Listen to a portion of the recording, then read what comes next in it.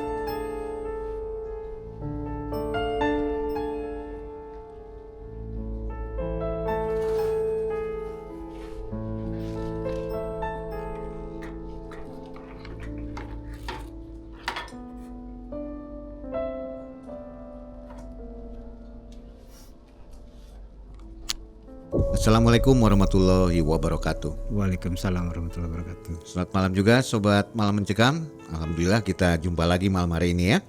Sobat, mudah-mudahan semua sehat, semua bahagia, rezekinya melimpah ya. Amin. Ada lagi nih di studio, namanya Mas Sugi. Sudah tahu kan cerita yang sebelumnya yang ini nih. Judulnya waktu itu Pesugihan Boneka Arwah Juragan Ayam di Bali. Ya. Keren ceritanya, yang belum nonton lagi ya. Nah di sini saya mau nanya-nanya dikit nih ke Mas Sugi nih, sebelum kita mulai cerita ya. Siap, Mang. Oh iya, apa kabar dulu? Apa kabar? Baik, Mang. Sehat ya? Alhamdulillah. Mas Sugi, ini banyak yang tanya, termasuk saya juga yang nanya nih.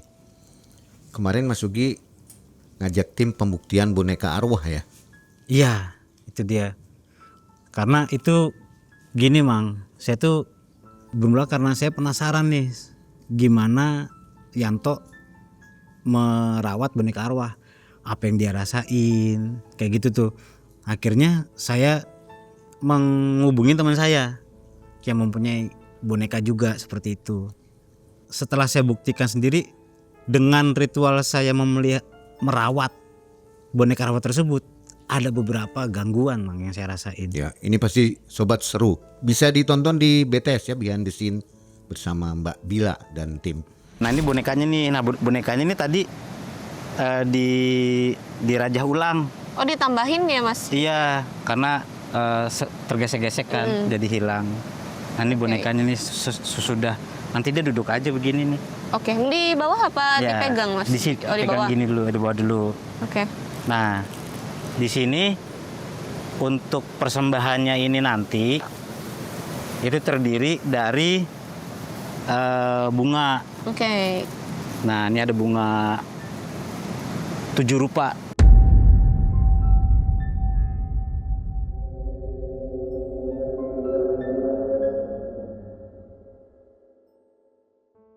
Nah, Mas Sugi, banyak artis misal ini Ivan Gunawan, Robby Purba, Roy Kiyoshi, dan mantan istri Reza Arab ya, yang punya spirit doll juga, Iya. boneka-boneka spirit gitu. Itu apa iya atau sama mirip gitu? Jadi kalau saya pelajarin nih Mang ya, kalau untuk spirit doll ini sebenarnya sebelum COVID itu sudah mulai. Jadi tahun 2020 itu sudah mulai marak di kalangan Marak ya? anak-anak muda. Gara-gara apa kok bisa jadi tren gitu? Jadi itu kan berkembang nih. Jadi udah nggak zaman lagi tuh, Mang, kayak modelnya tuh punya jimat wafak kayak gitu.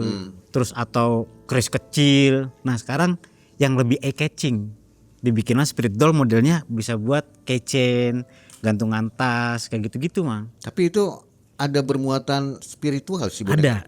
Ada. Itu Dimasukin atau gimana? kalau yang saya pernah tahu ya dari teman saya juga, itu memang datang ke spiritualisnya, itu datang ke sana tuh nanti diisi. Nanti sama tuh seperti si Yanto juga, si boneka tuh mau pilih yang mana dianya, Oh, kayak gitu. minta diisikan gitu ya. Iya, itu ramai di Jawa Timur. Jadi kalau boneka itu bisa gerak, seneng gitu ya. Iya, jadi kalau mereka kalau pas ketemu ya sama yang punya spirit doll itu, jadi mereka tuh bisa komunikasi, Mang, sama si bonekanya. Kayak gitu tuh. Nanti kalau ngumpul nih mereka ngobrol-ngobrolin seperti itu, Bang. Bonekaku maunya ini nih, pengen punya perhiasan ini. Nah itu nanti mereka beliin tuh, Bang. Oh, ngeri ya. Ya gitu. Oke, bedanya apa sama jelangkung? Kemarin ada tim MM juga membuktikan boneka jelangkung ini dengan Kang Daud ya. Videonya ada di sini nih. Bisa ditonton juga, ada di BTS. Sama nggak dengan jelangkung? Kalau jelangkung untuk sementara. Jadi Beda ya? kalau benar spirit doll ini ada yang bisa dijadikan pesugihan, ada yang bisa juga yang dijadikan sebagai pelindung, Bang. Pelindung, terus seperti pembawa rezeki. Nah itu yang membedakannya dengan jelangkung. Sama juga, nah kalau dulu kan itu jenglot sudah tidak zaman, Mang. Udah nggak zaman ya? Iya, kalau Beda ini kan tren ya? iya, tuh kalau sekarang kan yang boneka arwah itu, spirit doll itu kalau ditaruh di ruang tamu kan orang nggak akan nyangka. Seperti boneka yang ada tatonya kayak gitu. Oke. Nah, kali ini Mas Sugi punya kisah di tahun masih baru nih ya, 2024 Masih baru. ya. Iya, Ini tentang temannya yang maksa ngajak melakukan pesugihan. betul, Bang. Jadi sobat jangan kemana-mana. Sampai 1 jam ke depan kita akan bersama ya, dengerin kisah Mas Sugi. Mas Sugi apa kegiatannya sekarang? Masih sama, Bang. Masih ya, Ya, saya workshop masih berjalan. masih berjalan. Ya. Saya itu masih aktif melukis, Mang. Di sini, dan di tempat saya itu ada beberapa lukisan saya. Dan ada koleksi saya beberapa pusaka gitu, Mang. Saya juga bisa melukis sosok gaib. Katanya janji mau melukis saya ya waktu itu di video yang pertama. Nanti saya akan melukis, Mang, buat MM. Oke, ditunggu. Baik, malam mencekam. Semakin malam semakin mencekam. Ini dia Mas Sugi.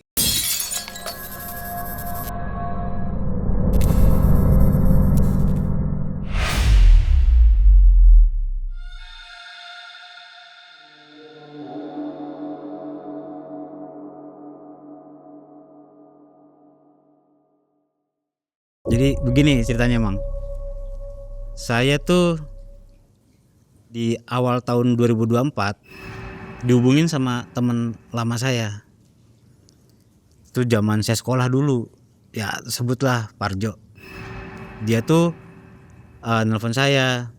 Bor, apa kabar, Bor? Saya bilang, wih, siapa nih? Saya bilang, karena nomornya nomor baru. Gue Parjo. Lu lupa sama gue? Parjo. Temen lu dulu nongkrong di Jakarta. Oh iya, oh lu. Bray, ya gimana? Nah, lu lu di mana sekarang? Gue lagi Jawa Barat nih. Gue mau ada survei ke sono. Boleh nggak nih? Gue main. Ya boleh-boleh aja. Katanya. Nah, datanglah dia akhirnya ke Jawa Barat, ke tempat saya tuh. Dia tuh cerita bahwa dia sekarang punya usaha penggilingan padi. Dan dia juga menerima dari berbagai daerah, tapi cuma sekitar situ. Nah, setelah berapa hari, waktu sore itu si Parjo tuh cerita, Gi, gua tuh sebenarnya ditawarin nih usaha baru. Gua bilang, usaha apa Jo? Usaha briket, sekarang lagi naik daun lagi. Terus usaha yang lama gimana? Usaha gue tetap, cuman gue lagi ada kendala. Kendala lo apa, Bray? Gini nih, gue dulu tuh sebenarnya udah pernah melakukan pesugihan. Kaget, pesugihan? Pesugihan apa lu? Wewe gombel. Karena sekarang gue lagi butuh duit, Bor.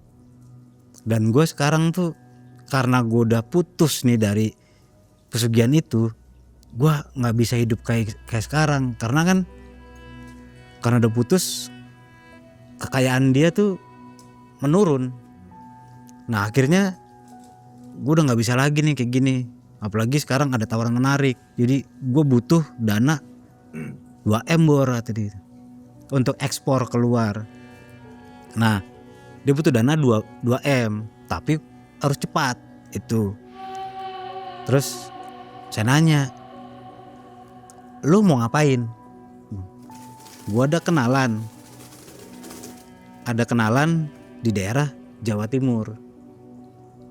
Gua bilang, apa nih, investor atau apa?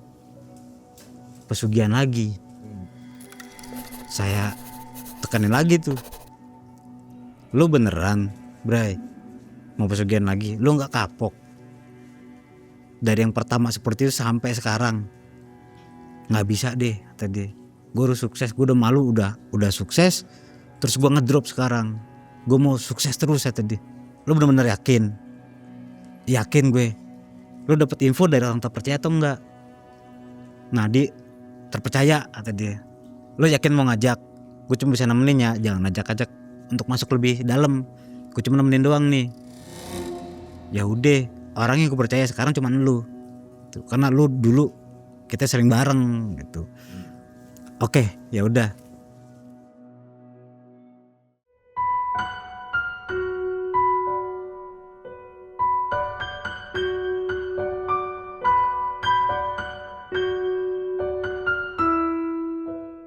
Dinelpon orang yang di sana, Mang.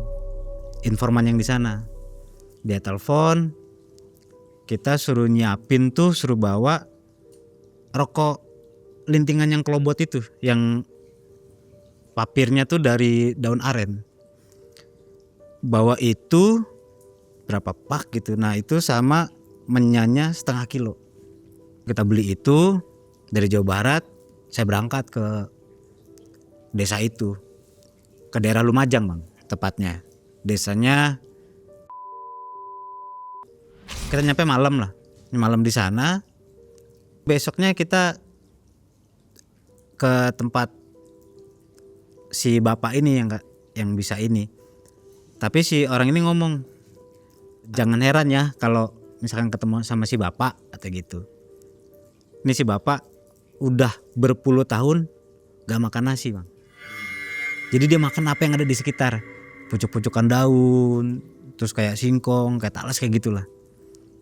Terus dia nekenin lagi, Mas yakin mau melakukan ini gitu, yang orang desa tersebut.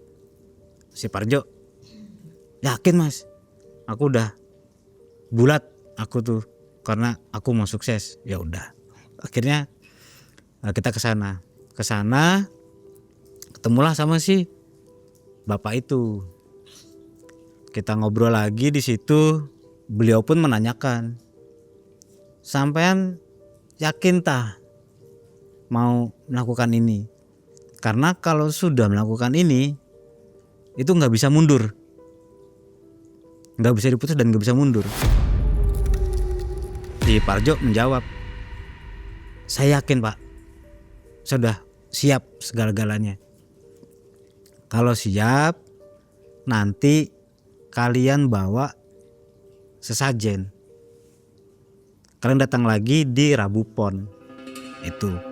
Kebetulan Rabu Pon itu sekitar 8 harian dari waktu kita datang. Nah, si bapak ini meminta pejantan ayam cemani jantan, ayam jago yang biasa buat aduan, jago Bangkok, sisik naga, terus yang satu ayam jago kampung, beras merah sama beras putih sama ketan hitam. Nanti di saat Rabu Pon disuruh datang memakai pakaian adat Jawa, Mang. Setelah itu kita disuruh kembali tuh. Sekitar sore kita kembali ke rumah yang orang desa tersebut, orang lokal tersebut. Besoknya kita mencari informasi yang menjual ayam cemani. Kita dapat yang lainnya gampang tuh, kayak ayam Bangkok, yang sisik naga sama ayam kampungnya. Itu masih gampang. Cuman waktu itu tuh untuk ayam cemani tuh kita nunggu sekitar 5 hari itu tuh.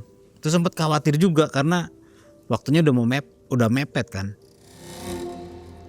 Itu si Parjo tuh memaharkan ayam cemani jantan 5 juta Bang, untuk ayam cemani, karena banyak, ada yang udah campuran yang murninya.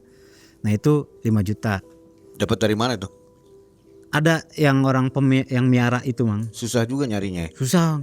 Itu kita sempat putus asa karena udah 3 hari 4 hari itu nggak dapat. Akhirnya pas 5 hari ketemu yang benar-benar murni Mang. Si Parjo ini disuruh membawa sendiri semua sarana di dalam satu bakul. Jadi semua masuk satu bakul, dari beras merah, beras putih, ketan hitam, dan 3 ayam tersebut dalam satu bakul. Jadi digendong kayak tukang jamu tuh Bang. Nah itu tidak pakai alas kaki, kita turun karena dia memakai pakaian adat Jawa itu, jadi waktunya lebih lama, hampir 2 jam, kurang lebih 2 jam itu. Sampai di sana itu si bapak tadi sudah ada di depan rumah nunggu. Itu sudah ada gentong, isinya udah ada air, sudah ada kembang. Habis itu bapak sudah siap semuanya. Sampun Pak, iki monggo dicek Pak, dicek sama si bapak. Ya udah, jangan nyentuh tanah dulu. Dicek semuanya lengkap. Kita turun. Nah si bapak nih membawa satu buntelan. Saya nggak tahu buntelan itu apa. Nah turun lagi. Pas nyampe di sana ternyata salah satu tempat wisata. Jadi itu banyak air terjun Mang. Di sebelah kanan air terjun tuh seperti tirai air terjunnya. Banyak orang di situ, cuman kita arahnya nggak ke situ. Kita belok kiri di arah jalan setapak itu, terus kita jalan tuh. Nah di situ ketemu satu air terjun yang nggak terlalu tinggi, ya paling 5 meter. Nah airnya juga nggak terlalu deras. Nah di situ di sebelahnya ada seperti mata air di situ tuh. Nah si bapak itu diem di situ diri. Jadi ada si bapaknya ini, si Parjo sama saya di sini nih. Udah gitu si bapak ini melakukan mengucapkan mantra. Karena adanya suara air, jadi saya dengar cuman seperti gumaman. Seberapa lama si Parjo dipanggil, Mas, Rene Mas. Terus Parjo disuruh duduk. Semua itu baru ditaruh tuh di tanah, si suguhan itu tuh, si syarat-syarat tersebut taruh di tanah. Jadi Parjo sebelah kiri, nah si bapaknya sebelah kanan. Si bapak ini mengeluarkan telur. Ada 3 telur di situ, telur ayam, telur bebek, sama telur soang atau telur angsa. Taruhlah di situ. Si bapak tadi mengucapkan mantra lagi tuh. Pas suatu ketika saya melihat seperti sosok, Mang. Jadi ini dari dalam air terjun itu sendiri. Itu sosoknya wanita cantik memakai kebaya. Tapi ada dia seperti memakai mahkota kecil. Ada batu mirahnya kayak gitu warna merah. Nah, di situ cuman saya kaget. Diam aja karena takut mengganggu acara ritual tersebut. Tapi cuman sekilas aja gitu ngeliat itu tuh.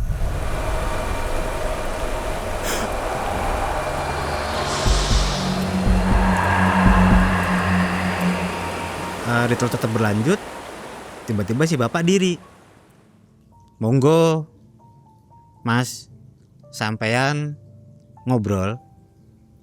Nanti kalau ada apa-apa saya di belakang. Nggih Pak, jawab si Parjo.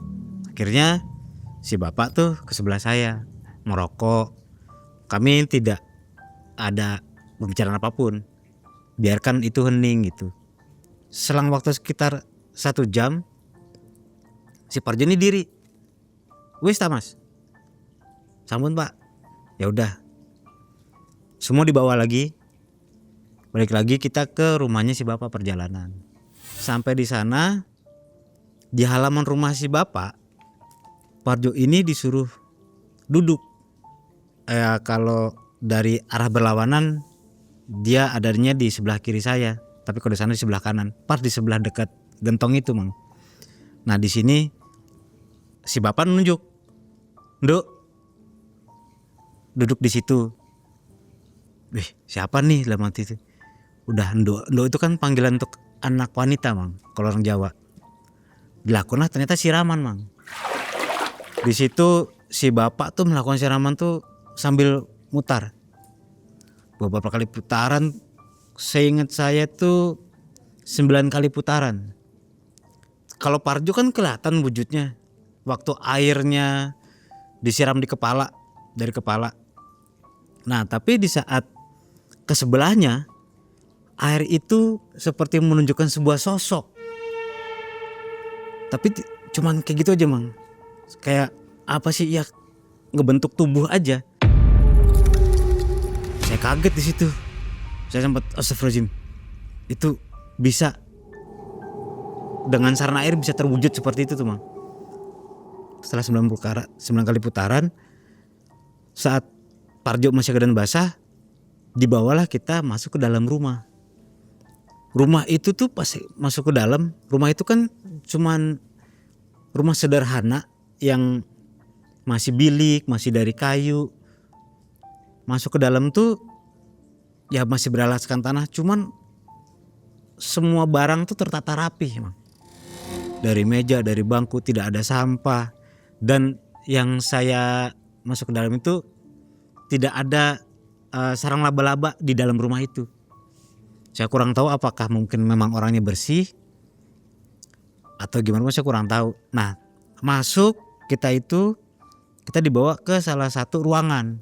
Kita belok kiri. Ruangan itu ada di sebelah kiri. Masuk, yang tadinya beralaskan tanah di situ dialasi sama bilik. Nah, ada meja kecil. Nah, di meja itu ada bekas sesaji. Kalau orang Jawa tuh suka setelah masak tuh suka menghormati yang pada leluhur, suka ada makanan di situ, Mang. Nah, itu cuman ada singkong rebus sama talas di situ. Nah, itu disingkirkan sama beliau. Parjo ini akhirnya disuruh duduk. Suruh duduk. Posisinya sekarang berbeda. Dengan di hadapan saya seperti ini, nah si Parjo ini sebelah kiri. Ini meja, depannya meja itu Parjo sebelah kiri, dan sini yang calon istri goibnya itu. Sampean nang kene Mas. Nduk, sampean nang kene Nduk. Si bapak ini. Beliau tuh duduk di depan. Setelah mengucapkan mantra, si sesaji tadi ditaruh di atas meja. Ayam, berasnya ditaruh sudah dalam wadah, Mang. Dalam wadah. beras merah, beras putih sama ketan hitam. Dalam wadah itu si bapak ini memegang tangan dari si Parjo. Jadi tangannya kayak gini Mang, contohnya nih Mang. Jadi Parjo ini ada di sebelah, di sisi kanannya si bapak. Dipegang tuh tangannya, disatuin begini, gitu. Dia seperti menyatukan kedua tangan gitu. Tak lihat, nah si bapak tuh sambil ngucapin mantra, terus nanya ke Parjo, sampean siap? Duk, sampean sudah siap? Kalau siap, kalian udah bersatu gitu. Mas Sugi di situ juga ya? Saya di belakang Bang, saya di situ dalam satu ruangan. Di ruangan itu juga? Iya, Jaraknya jauh? nggak jauh Bang, karena ruangan itu kecil. Di situ si Parjo mengucapkan iya, gitu sanggup. Si bapak meletakkan telur itu, yang untuk istri goibnya itu telur ayam, si Parjo itu telur bebek. Di tengah-tengah mereka, di hadapannya mereka itu, tempat si bapak duduk itu ditaruhlah telur soang. Nah si bapak mengucapkan mantra lagi tuh. Saya nggak tahu itu, nggak jelas sih Mang, yang jelasnya tuh. Di situ tiba-tiba telur itu pecah. Yang di istri goib itu pecah, pak. Yang di Parjo pecah, pak. Gak lama itu telur soang itu pecah juga Mang. Saya kaget kan karena bisa pecah sendiri gitu. Udah itu saya tuh sempat tanya, kok bisa pecah ya? Si bapak akhirnya nyamperin si Parjo ini. Ya wis, ini sudah selesai. Kalian sekarang sah. Di situ saya pikir, oh berarti si Parjo nikah nih. Beneran nikah gaib gitu tuh. Dalam posisi masih duduk, si bapak ini memotong ayam itu satu persatu. Dari cemani, jago, ayam jagonya itu yang sisik naga, dan ayam jago kampung. Dipotong, diwadahkan di dalam satu mangkok wadah gitu. Diminumin tuh ke si Parjo. Diminum ke si Parjo, udah. Yang anehnya lagi pas ke sebelahnya nih, ke calon istri gaibnya si Parjo, itu saya lihat si darah tuh bener-bener habis dari mangkok itu tuh. Saya kaget di situ, bisa terminum gitu, Mang.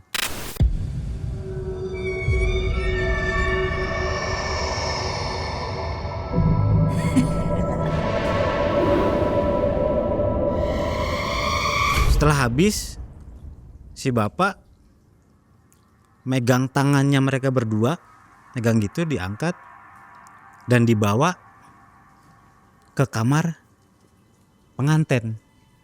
Masuklah mereka. Terus si bapak, ayo mas, nunggu di luar. Itu tuh sudah malam Mang posisinya. Jadi saya ya sambil merokok, ngopi sama bapak. Nah saya ada penasaran siapa sosok yang sempat saya lihat waktu dia terjun. Saya kira nanya, Pak, waktu dia terjun saya melihat sosok wanita cantik, itu siapa ya? Oh itu Nyi, itulah. Oh gitu, beliau memang penunggu situ, salah satu penunggu di sana yang sering dimintain tolong untuk pesugihan. Ada berapa sosok di sebenarnya Mang di area itu? Itu sekitar 7. Tapi yang dibutuhkan sama Parjo, nah itu yang kita datengin itu, si Nyi itu, si Nyai itu. Gini Pak, maaf ya kalau saya banyak nanya, saya cuma pengen tahu makna dari telur itu apa? Kenapa telur ayam, kenapa telur bebek, kenapa ada telur soang? Kalau telur ayam ini pasti dia menyimbolkan sebagai betina. Nah kenapa diberikan kepada calon istrinya si Parjo? Kenapa bebek? Bebek itu dia pekerja menurut beliau. Kenapa soang? Nah, soang ini salah satunya sebagai wadahnya mereka, sebagai bukan wadah sih, lebih ke saksi ya tadi ya.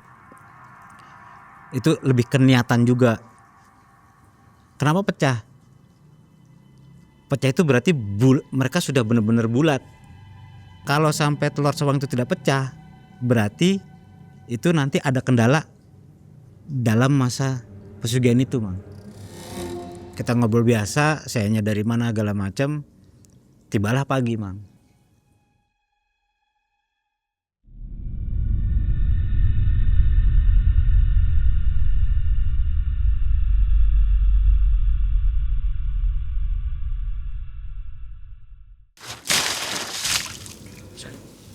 Isi paket Ya, atas nama Mas Sugi ya. betul. Saya izin foto ya. Oh, boleh. Makasih Mas. Sama-sama. Wah, datang juga nih pesanan saya dari Malam Mencekam Store.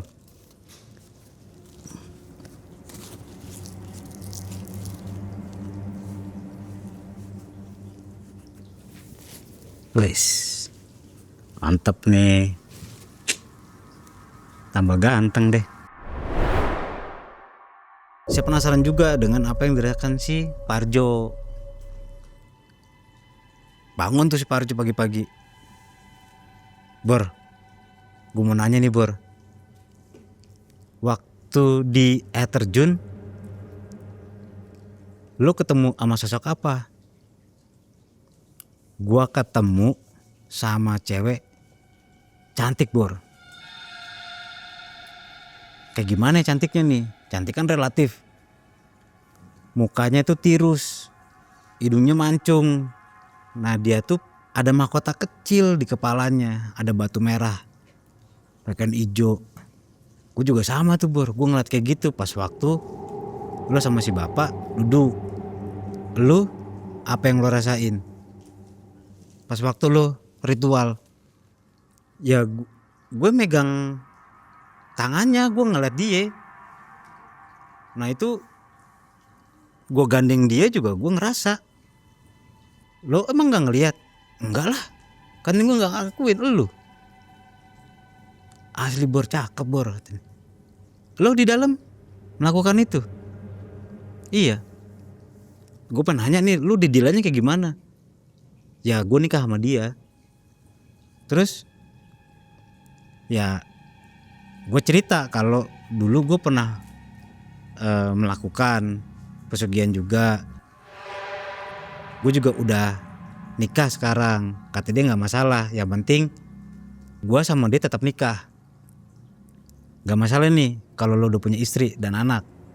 Gak masalah kata dia. Oke. Terus abis ini kita mau ngapain?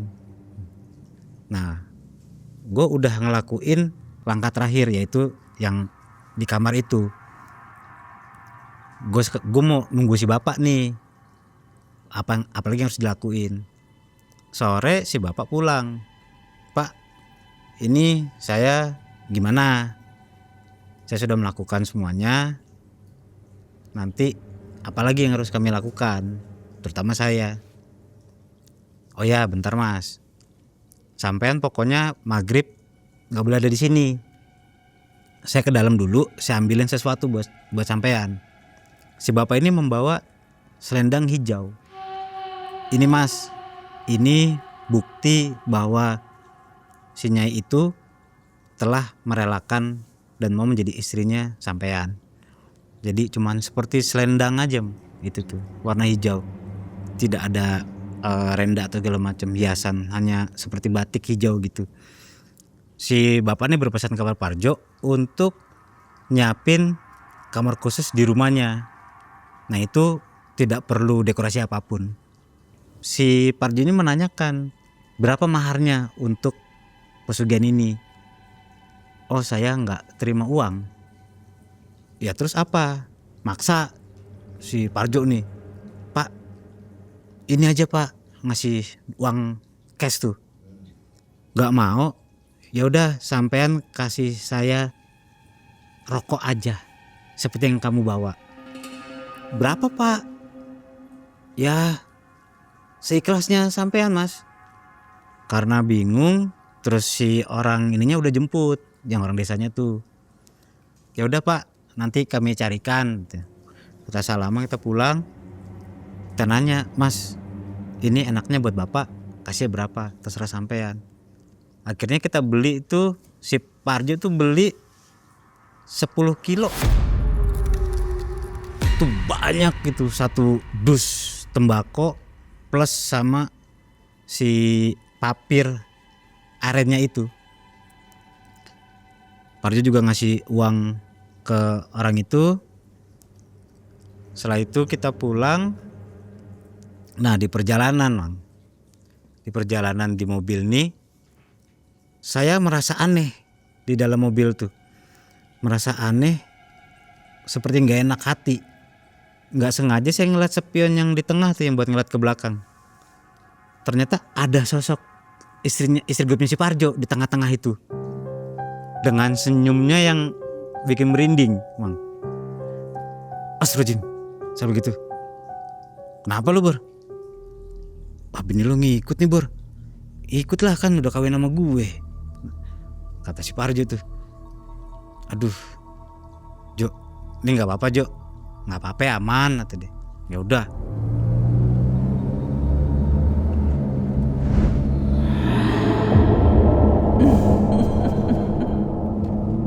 Tengah perjalanan tiba-tiba si Parjo tuh minggir ke rest area.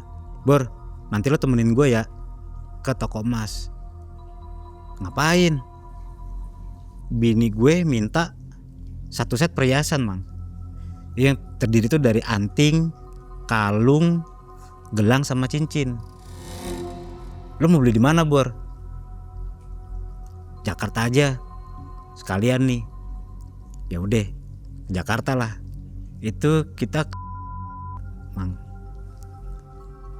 Di sana karena saya malas ya, maksudnya untuk milih-milih, akhirnya saya tinggal si Parjo sendirian. Terus si Parjo nelpon, udah selesai nih. Ya udah. Nah, kita pulang ke rumahnya, ke rumah mertuanya si Parjo nih. Ternyata si Parjo ini nggak bilang sama istrinya mau pergi lama. Wah, istrinya marah-marah Bang. Wah, lu ajak laki gua kemana lu? Nggak bener lu ya. Bilang, wih sabar dulu, bilang itu. Kemarin laki lu tuh survei, karena di Parjo bilang tuh, bilang aja survei tempat itu. Ini survei nih, gua kenapa nggak ngabarin? Ya gua nggak tahu, gua cuma dimintain tolong sama Parjo. Ya udah tuh, akhirnya cabut aja. Udah deh, gue cabut deh, Jo. Saya pulang ke Jawa Barat. Di sini udah mulai, Mang. Setelah berapa bulan, Parjo ngabarin, Bor, gue minta doanya ya Bor. Ada apa Jo? Anak gue sakit. Sekarang udah di rumah sakit nih, udah masuk. Sakit apa anak lu? Indikasi pertama sih paru-paru. Ya udah Bor, cepet sembuh ya anak lu.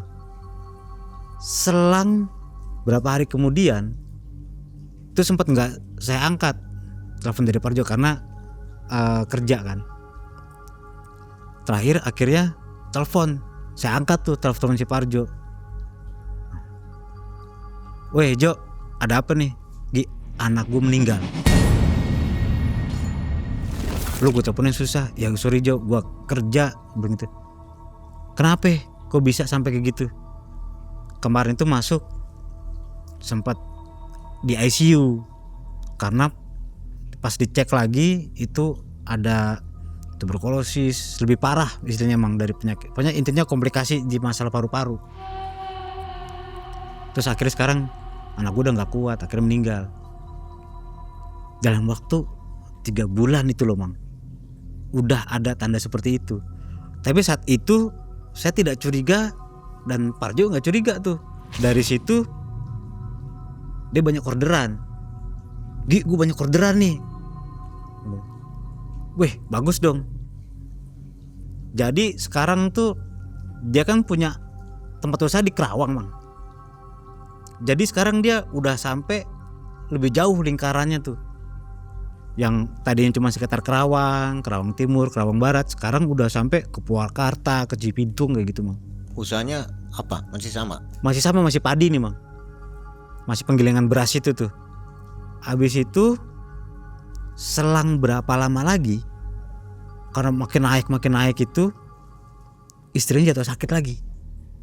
Jarak waktu 3 bulan dari anaknya meninggal. Itu stroke. Tapi ini jangka waktunya lebih panjang. Parjo tuh, Gi, bini gue sakit, temenin gue dong. Waduh sorry Jo, gue lagi ada kerjaan juga. Kenapa bini lo? Nggak tahu, stroke, jatuh di kamar mandi. Tapi bini gue nggak punya riwayat darah tinggi. Wah mungkin pola makan bor, tak bilang gitu. Ya udah, gue minta doanya ya, kata dia. Tapi nggak lama dari situ, Man. Kalau nggak salah tuh 2 minggu istrinya meninggal. Nah di situ setelah istrinya meninggal, Parjo itu usahanya naik lagi, terus sampai akhirnya dia tuh mendapatkan apa yang dia mau tuh. Berarti 2 ya? 2. Anaknya umur berapa? Anaknya di umur 4 tahun kalau sobat itu. Laki apa perempuan? Laki-laki. Setelah istrinya meninggal, dia dapat tuh karena orderannya makin banyak, sampailah ke angka yang dia inginkan itu, Mang. Di 2M itu. Akhirnya dia ngabarin, Gi, gue mau main. Sekalian gue mau cerita sama lu. Nah, datanglah Parjo ke rumah tuh, Mang. Bawa mobil baru. Saya ingat itu Rubicon. Dan dia bilang bahwa dia sudah dapat yang 2M itu. Gi, gue udah dapat nih. Terus langkah lo gimana? Ya gue lanjutin. Emang udah keinginan gue, emang tujuan gue emang mau usaha itu tuh. Dapat 2M itu, Parjo tuh udah punya gebetan, Mang, kalau kata orang sekarang. Gebetan baru. Nah itu lagi deket katanya sama cewek juga di salah satu kota di Jawa Barat juga. Gue lagi deket nih Bor sama cewek nih. Oh ya udah, ya semoga sakit luka di hati lo cepat sembuh deh. Nah dia cerita bahwa kayaknya gue mau buka tempat usaha lagi deh, penggilingan padi lagi nih, Mang. Rencana lo buka di mana? Sebelumnya kan gue udah di Kerawang, mungkin gue mau buka daerah Subang atau mana gitu. Ya udah deh, lo survei dulu aja. Jadinya juga gue mau survei nih. Udah tuh.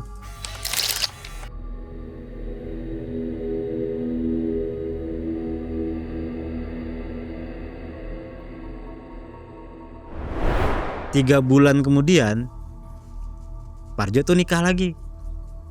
Nikah yang sama orang yang dia sebutkan itu. Gak berapa lama istri keduanya dia yang benar-benar manusia tuh itu meninggal. Setiap itu usahanya naik. Itu dia bilang bahwa di situ di Subang ini dia buka penggilingan padi juga, itu besar juga. Tapi dia pindah dari situ karena sudah 2 kali di rumah yang sama dia menikah, istrinya meninggal. Nah itu dia akhirnya dia pindah ke salah satu kota di Jawa Tengah. 3 bulan lagi dia nikah lagi. Gak berapa lama Parjo bilang, ngabarin tuh, Bor, gue nikah lagi nih Bor. Lo dapat orang mana? Gue dapat dari Cilacap tuh. Ya wis deh, semoga bahagia. Dan dia tuh ngobrol-ngobrol. Berapa minggu kemudian jatuh sakit, Mang. Istri dia yang ketiga. Pendek jaraknya ya. jaraknya pendek mang, katanya kanker, di dokter tuh kanker. Di situ Parjo udah mulai curiga, nelpon tuh ngobrol tuh, Bor, gue kok kalau nikah bini gue meninggal mulu, nggak lama gue nikah meninggal, nggak lama gue meninggal. Ya mungkin udah umur. Saya masih dalam kondisi positif aja, berpikiran baik tuh. Ya mungkin karena umur, Bor. Ya juga sih ya, cuman ya terlalu rapat aja. Masa gue baru nikah meninggal 2 kali gue kayak gini. Yaudah lo jalanin dulu deh, mungkin emang lagi nasib lo kayak begini. Nah, jadi setiap istrinya meninggal, usahanya naik lagi. Sampai dia tuh bilang, dia ngabarin tuh, Gi, gua dapat sampai kuota 2. Jadi yang pengirimannya tuh lebih besar, Mang. Sampai dia punya pabrik sendiri untuk pembuatan arang briket ini. Dan itu enggak kira-kira, Mang, dia buka di 2 kota. Itu sampai 7M itu dia dapat. Nah, di situ nikah lagi. Itu dapat orang Jawa Tengah. Dan dia pindah lagi ke sana. Tadi di Cilacap nih, dan dia pindah lagi ke Jawa Tengah. Gi, gue pindah, ngabarin, Gi, gue pindah nih ke di Jawa Tengah. Di situ sama, berapa minggu meninggal lagi, Mang, istrinya tuh. Di situ udah si Parjo ini udah, Gi, kayaknya kita harus ke bapak lagi deh. Gue curiga nih, kayaknya ini makan tumbal. Masa gue nikah 3 kali ini sama istri gue yang baru begini semua. Jangan-jangan istri gue yang pertama sama anak gue itu tumbal juga. Kalau gini caranya gue mau udahan deh. Ya udah, lo mau kapan ke sana? Gue juga penasaran.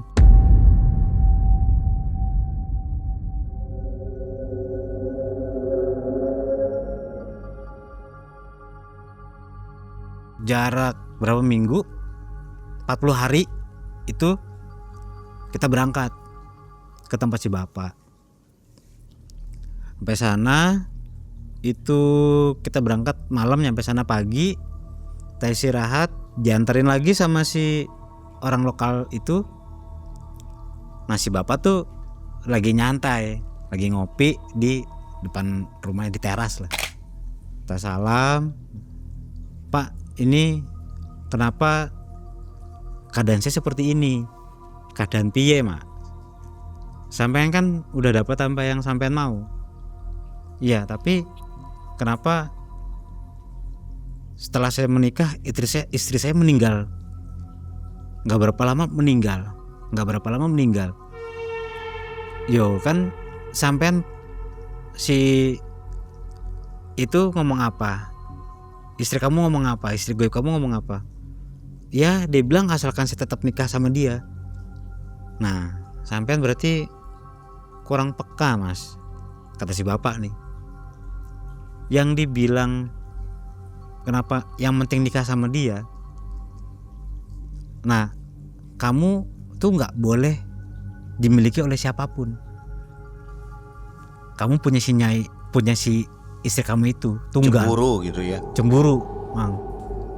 Jadi kalau ada wanita yang nikah sama kamu, itu ternyata dirasuki sama istri goibnya si Parjo itu, Mang. Kenapa bisa mau? Jadi kalau misalkan Parjo katanya Parjo naksir nih sama si cewek ini nih, itu langsung dirasukin itu. Dan itu calon tumbalnya si Parjo. Karena simbolnya telur suang ini udah pecah. Itu tandanya nggak bisa bubar. Itu kalian sehidup semati. Si Parjo cuman diem. Ya kalau mau putus ini ya sampai kamu mati, itu baru putus. Parjo termenung. Terus saya bilang, tuh kan Jo, gini kalau kamu mau instan cepet, akhirnya kehidupan kamu ada yang diambil. Iya ya Bor ya. Ya udah kepalang tanggung Bor. Ya udah, Jadi udah tenang kan, udah tahu jawabannya, pulang akhirnya. Jadi pulang aja. Nah, kita pamit sama si bapak, pulang. Di perjalanan ini saya yang nyetir. Parjo ini cerita, Bor, gue kangen gendong anak. Ya tapi kan lo nggak bisa nikah, lo nikah sebentar aja, bini lo nggak ada, meninggal. Gue ngangkat anak aja deh kayaknya. Sampai di Jawa Barat, tolong cariin yayasan tuh, yayasan yatim piatu. Saya calling teman-teman minta info, ada nggak yang mau diangkat. Dapatlah bayi itu ya umur kalau nggak salah 1 tahun, Mang, masih balita. Dapat itu dalam jangka waktu 2 bulan anak itu meninggal, Mang. Ternyata siapapun nggak boleh ada di dekatnya dia. Seperti untuk jadi ayah, untuk jadi suami itu nggak boleh. Si istri ini cemburu. Itu sampai nggak ada. Abis itu naik usahanya dia tuh. Kalau teman aman ya? Kalau teman aman, kan tidak memiliki secara batin. Setelah anaknya meninggal, Parjo udah pusing. Tapi kerjaan tuh naik terus, orderan tuh naik. Sampai dia punya pom bensin. 2 pom bensin tuh dia sampai punya itu. Gi, gue udah punya segalanya. Tapi gue gak punya siapa-siapa. Tapi lo kan sukses. Sekarang apa yang lo punya? Gue baru kerja sama dan sekarang gue punya pom bensin 2. Wih, mantep lo. Iya, cuman gue harus pindah kota. Jadi setelah kita datang ke tempatnya si bapak, Bang, si Parjo ini cerita kalau dia tuh ngobrol sama istrinya. Sebenarnya ini seperti apa sih gitu loh. Ya kamu harus punya banyak istri untuk tumbalnya itu. Si Parjo tuh bilang ya kayak gitu, Gi, gue jadi menikah banyak dan gue nggak punya keturunan. Kan dia setiap kota tuh punya rumah. Rumahnya ini kemana? Ya rumahnya ini dihibahin. Itu dikasih siapa aja tuh, Bang? Dikasih orang kampung situ, atau keluarganya si mantan istrinya yang meninggal itu dikasih aja. Dan itu rumahnya benar-benar besar, Bang. Kalau Mas Sugi sendiri sering dikasih uang nggak? Atau pemberian apa begitu? Enggak, sayanya nggak mau, Mang, terima Tapi uang begitu. suka mau ngasih. Sering mau ngasih, cuma sayanya nggak mau, Mang. Itu kan kayak duit darah, Mang. Saya Nggak mau sama lah itu. sekali ya? Enggak mau.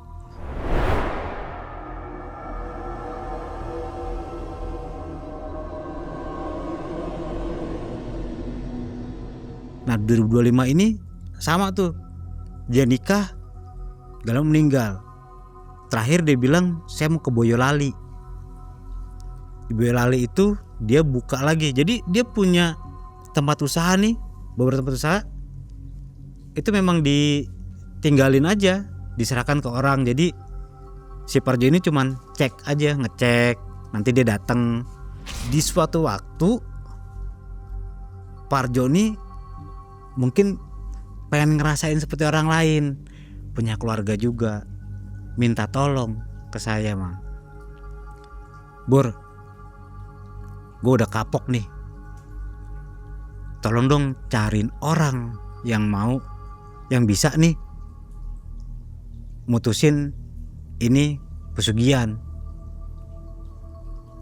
Waduh, ntar deh gue tanya-tanya dulu ya, Bor, kali aja ada info nih. Saya cari info tuh, saya kasih kabar, Jo, gue belum dapat nih. Cuman nih katanya ada orang mau, cuman dia mau lihat dulu baru dia mau niatan seperti itu, baru niat seperti itu aja, itu saya dapat teror, Mang. Waktu saya tidur itu saya ngeliat tuh bener kerasa keceklek, dan wajah si istrinya si Parjo ini yang pernah saya lihat di itu jadi kayak Joker, Mang. Senyumnya tuh lebar sampai sini, terus raut matanya tuh berubah jadi serem, jadi marah gitu, terus putih, tengah-tengahnya tuh ada merah gitu, rambutnya jadi acak-acakan, dan itu bekas-bekas cakaran tuh ada di badan saya saat itu tuh, sampai saya teriak segala macem, saya istighfar, saya baca doa itu tuh, Mang. Itu ketika apa? Tidur atau mimpi? Itu sampai saya sadar, dan Dari itu mimpi sampai sadar. itu nyata, Mang. Saya ngeliat itu depan mata tuh. Itu sampai saya ampun-ampunan. Aduh ampun deh, enggak deh, ampun, ini siapa nih, terus gitu. Marah, intinya saya dengar itu, jangan pisahin saya sama suami saya. Kamu jangan kurang ajar, itu sambil nyerang. Cakaran tuh ada di sini, di sini.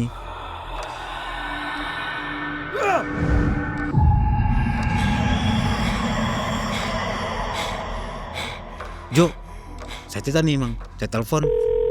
Jo, lo di mana? Gua diteror sama bini lu. Saya fotoin tuh, Mang, bekas cakaran. Ya udah deh, gua kebetulan dekat dari tempat lu. Datang Parjo tuh. Parjo ini nggak cerita, Mang, kalau ternyata dia tuh udah punya anak sama istri goibnya itu. Setelah berapa lama itu dia cuma ngomong, gue sebenarnya udah punya anak, Gi. Wah, lu kenapa nggak ngomong, Jo? Iya, lu melihat anak gue nggak? Gue bawa ke tempat gue deh, kata dia. Wah, gue jadi serang sama bini lu. Enggak, aman kalau sama gue, kata dia. Karena Pak Jo nginep di hotel waktu itu, kita ke hotel. Di situ dia cuma pegang kuping saya gini nih, Mang. Ini lu melihat anak gue ya. Dan itu saya ngeliat anaknya 5, Mang. 3 cowok, 2 cewek. Dengan pakaian tuh yang cowok kayak pakai rompi, celana pendek. Yang cewek itu kayak pakai kemben segini. Terus pakai jarit tuh, sarung. Udah gede, dewasa. Waktu itu saya ngeliat segini saya, paling umur 6 tahun. Kayak SD gitu loh, Mang. Rata. Iya, rata, dan semuanya rata yang saya lihat tuh.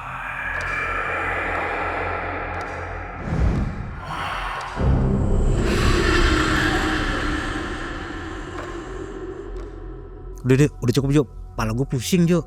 Gitu tuh. Wajahnya seperti apa, Mas? Seperti kembar, Mang. Yang 3 ini cowok nih kembar.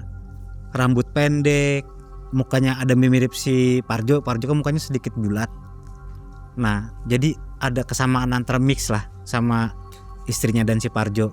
Nah, kalau yang anaknya cewek ini itu lebih ke ibunya, dan semuanya mirip. Yang cewek mirip, yang cowok mirip gitu, Mang. Nggak menyeramkan. Nggak menyeramkan. Saya udah pusing ke situ karena dilatin seperti itu. Akhirnya balik saya ke rumah. Parjo nekenin lagi tuh, Bor, gimana, Bor? Ya, gue masih cari tahu dulu deh yang mau ngebantu lu. Gue udah bingung lagi nih. Terus sekarang gimana? Gua nih sekarang kan dia udah meninggal, Mang, itu. Nah, dia dapat lagi, Mang, istri lagi. Tapi waktu itu dia dapat kenalan cewek, aslinya orang Kalimantan. Waktu dia lagi PDKT sama calonnya ini, dia lagi nih, pacarnya ini, itu gangguan intens setiap malam. Semakin hari semakin parah, Mang. Jadi setiap malam saya diteror. Bener-bener ada bekas gigitan malah di kaki, rambut saya rontok. Jadi saya mimpi tuh, tapi saya bangun tuh kejadian, Mang. Rambut saya rontok, bekas cakaran ada lagi, bekas gigitan lebam tuh ada. Saya ngadu nih ke si Parjo, Jo, gue diteror terus nih, Jo. gue capek gini Jo, tolong lagi, lo kan teman gue. Ya tapi gue gimana, gue diteror terus. Luka tuh bener luka, bekas cakaran itu, bekas gini tuh bener sampai berkoreng. Parjo ngomong, ya udah lo coba tolong deh. Parjo berangkat ke Kalimantan. Saya masih dalam posisi bingung tuh Mang. Saya nolongin Parjo, saya kena teror. Saya nggak tolong teman saya gitu tuh. Akhirnya saya minta teman yang bisa melakukan buat nolongin saya tuh Mang. Temen ini bilang, Mas, kamu hati-hati, ini urusannya nyawa. Kalau kamu terus ngurusin ini, kamu bisa kebawa. Wah, makin deg-degan sih Mang. Deg-degan tuh, aduh gimana ya. Nah di saat itu juga Parjo sakit Mang, di Kalimantan. Itu sampai gak bisa bangun. Dia bilang, Gi, gue sakit nih Gi, gue sampai gak bisa bangun. Gue diomelin sama bini gue. Salah satu pantangannya adalah Kalimantan Mang. Kalimantan sama orang desa yang sekitar di Lumajang itu. Akhirnya Parjo pulang. Dari situ pulang. Dia itu sudah di Boyolali. Saya masih dalam proses pengobatan juga Mang, karena teror dari si istri dan anak-anaknya ini. Itu bener Mang, saya tuh yang tadinya mereka ngasih ngeliat lucu, di saat malam tuh mereka berubah karena marah. Dan kata-katanya tuh, jangan ganggu bapak gitu Mang. Itu yang mukanya serem deh, jadi bertaring, rambutnya jadi panjang, terus kupingnya jadi panjang. Itu yang gigit, yang nyakar, yang mukul-mukul. Yang saya temuin itu yang 5 orang, yang 5 anak itu. Sampai satu saat itu saya udah gak kuat. Sorry Jo, kayaknya gue gak kuat deh untuk bantu lu mutusin pesugihan ini. Karena gue sendiri kayak udah terancam nyawanya Jo. Aduh gimana dong katanya. Ya udah, lu terima aja nasib lu yang sekarang. Karena ini buah nih dari hasil lu nih. Aduh Bor, gue pengen punya anak Bor. Ya lu anak lu udah banyak. Lama sekarang lu punya anak berapa?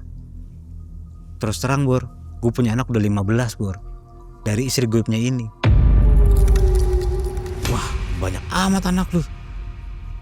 Ya itu, cuma kan gue nggak ada yang gue banggain depan orang-orang, karena kan nggak kelihatan anak gue. Terus gimana? Lu tolong bantulah. Saya tetap minta tolong ke orang-orang tuh Mang. Saya sampai akhirnya saya nelpon yang orang bener-bener sepuh lah. Saya telepon ini, Pak, saya ceritain ini teman saya begini melakukan pesugihan ini dan sekarang saya kena teror. Boleh nggak saya tinggal di tempat Bapak?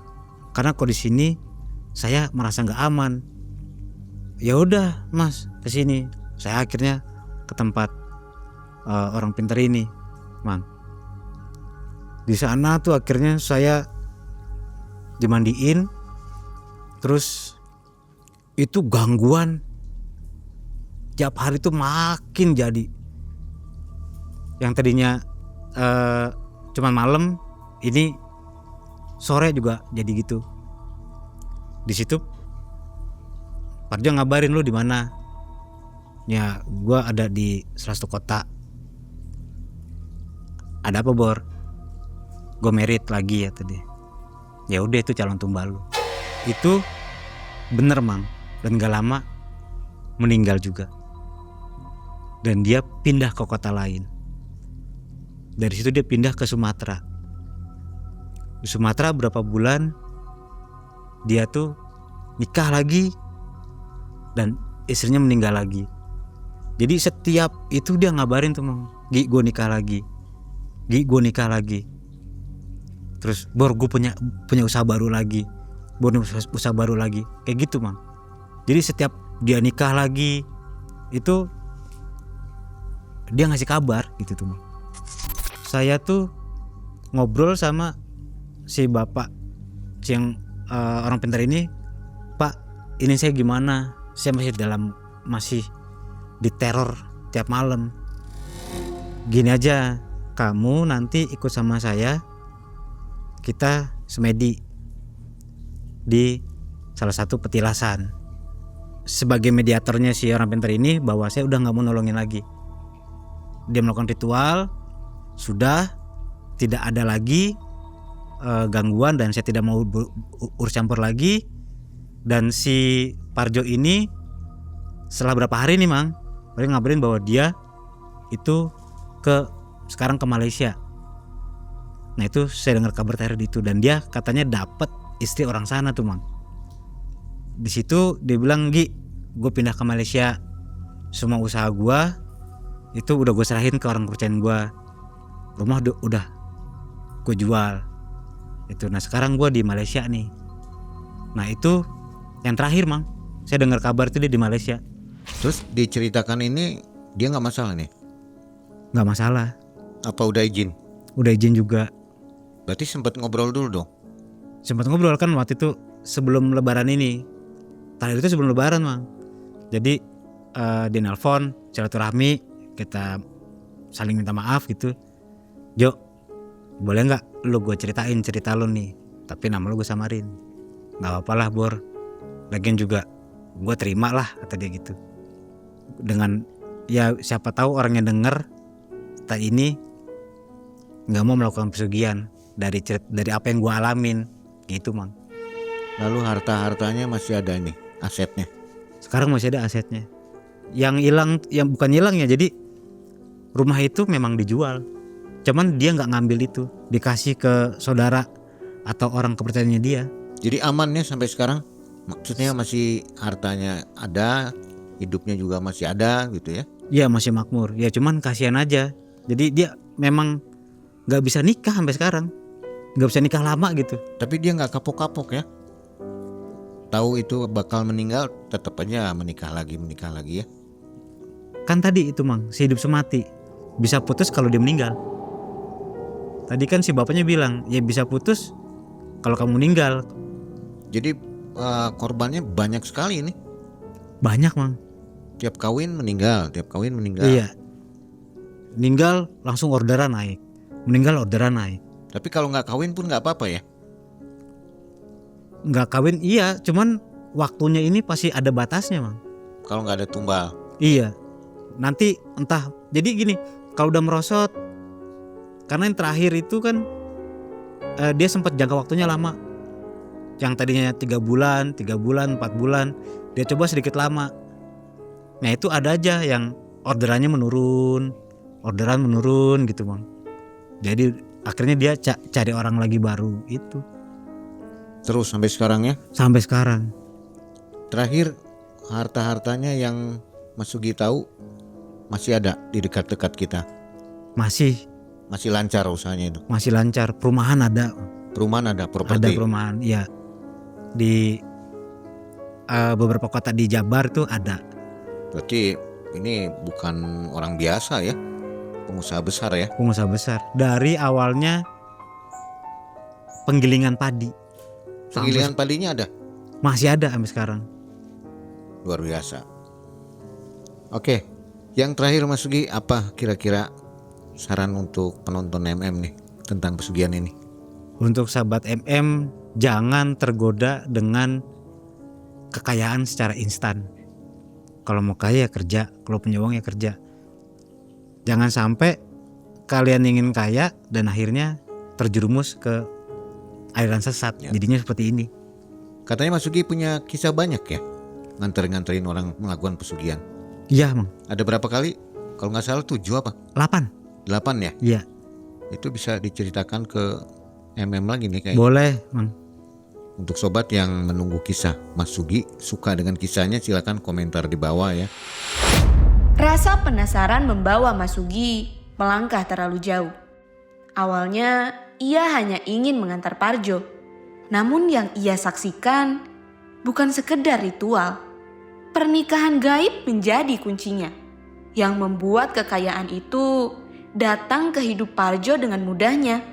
Namun ketika tumbal mulai diminta, anak dan istrinya ternyata harus menjadi bagian dari perjanjian gelap itu.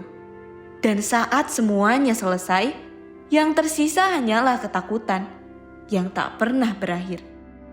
Halo Sobat Malam Mencekam, ini waktunya buat sobat semua untuk jadi lebih dekat bersama Malam Mencekam. Ayo gabung membership sekarang juga, cuma dengan 10 ribuan. Kalian bisa dapat akses ke ratusan konten eksklusif. Mulai dari pembuktian ilmu goib, perjalanan dan penelusuran tim Malam Mencekam, sampai momen lebih dekat bersama para narasumber.